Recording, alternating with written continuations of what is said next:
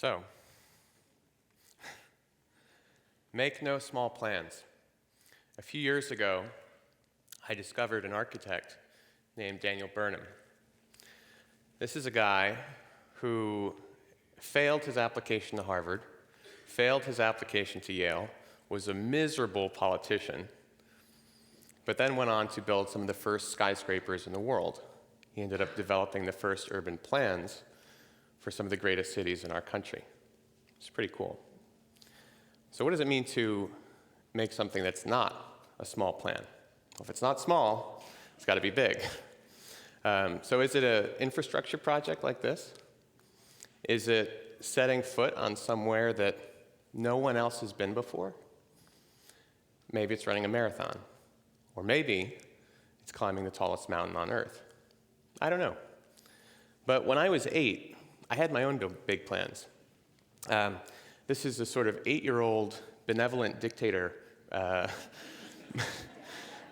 think that we all think about big dreams when we're young, and whatever it is, whether it's going to space or running for president, cutting taxes, serving your country, it seems easy. And the idea of making big plans is great. But you see, in my family, this big plan thing is sort of a hereditary disorder. At the age of 89, my dad declared that he wanted to cure cancer. My stepmom wants to create a legion of yogis from prisons.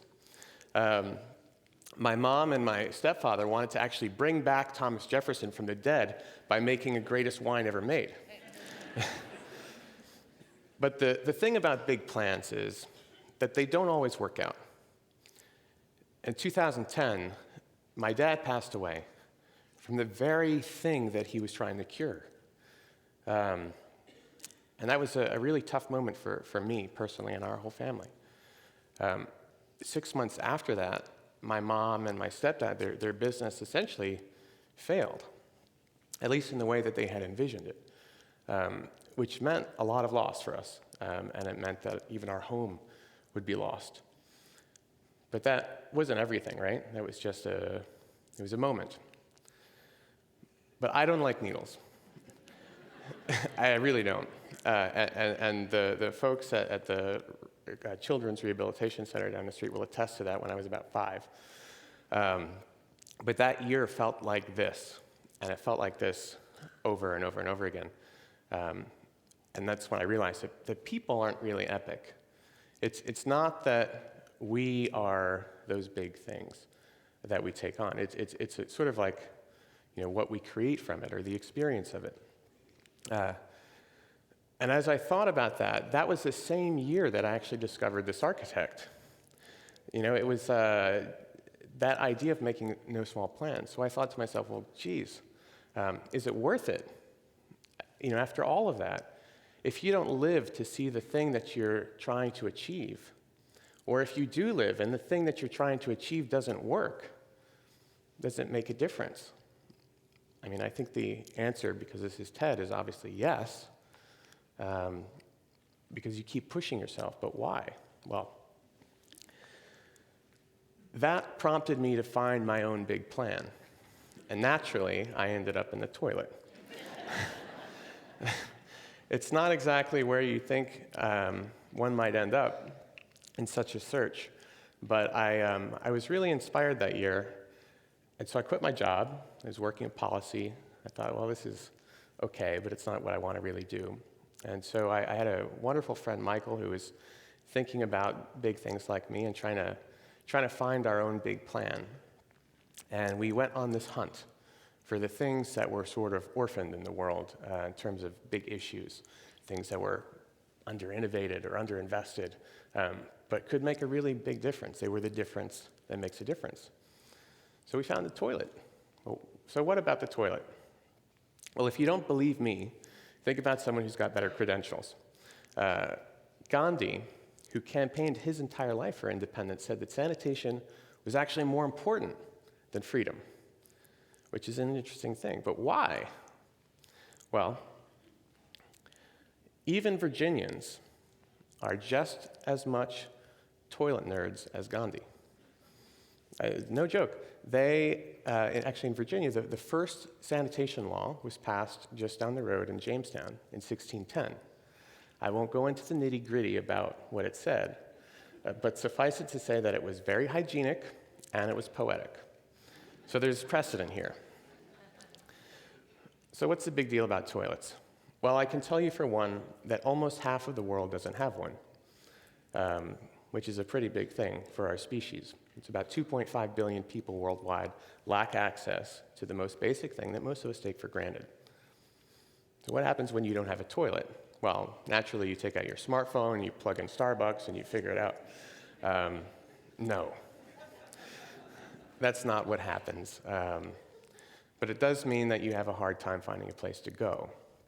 Or it means that you have a hard time finding a place to hide. So you find a bush, you wait till dark, or you go out in the open. And if it was this room, you might be in the aisles next to your neighbor. And what does that mean?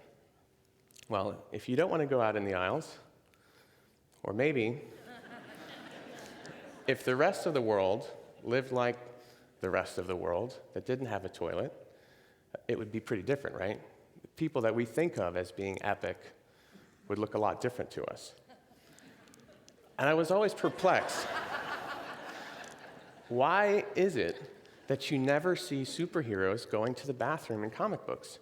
And then it dawned on me, they all open defecate.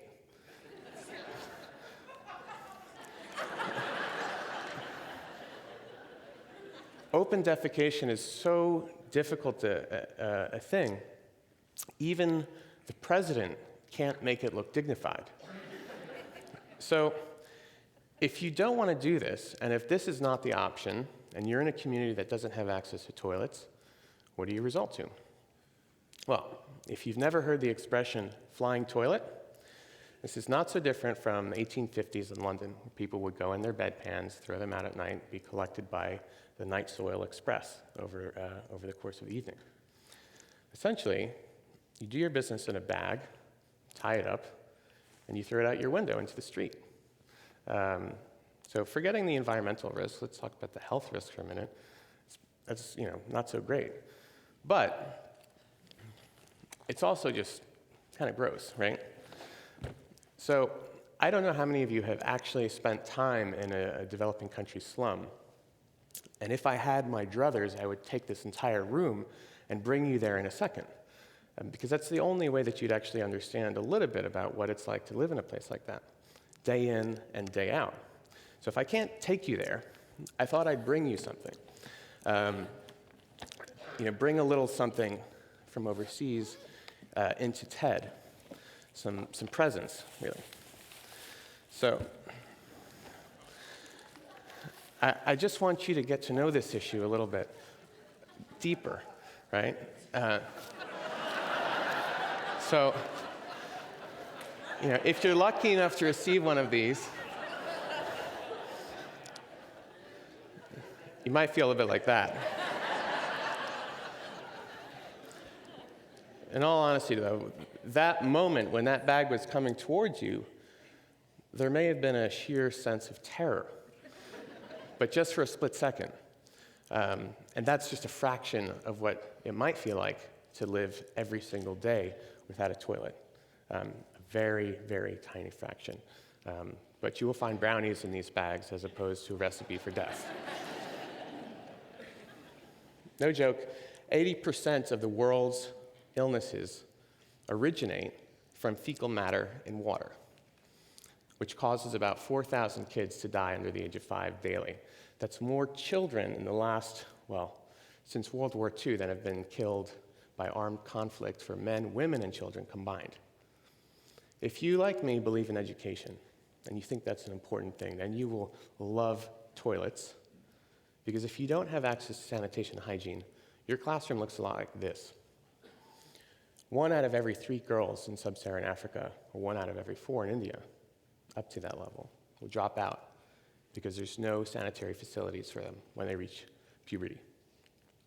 So if you want to keep girls in school, if you want to unleash 50% of the hospital beds, liberate them in Africa, and if you want to unlock $260 billion of jobs worldwide, I think that's not a bad presidential stump, then you care about sanitation.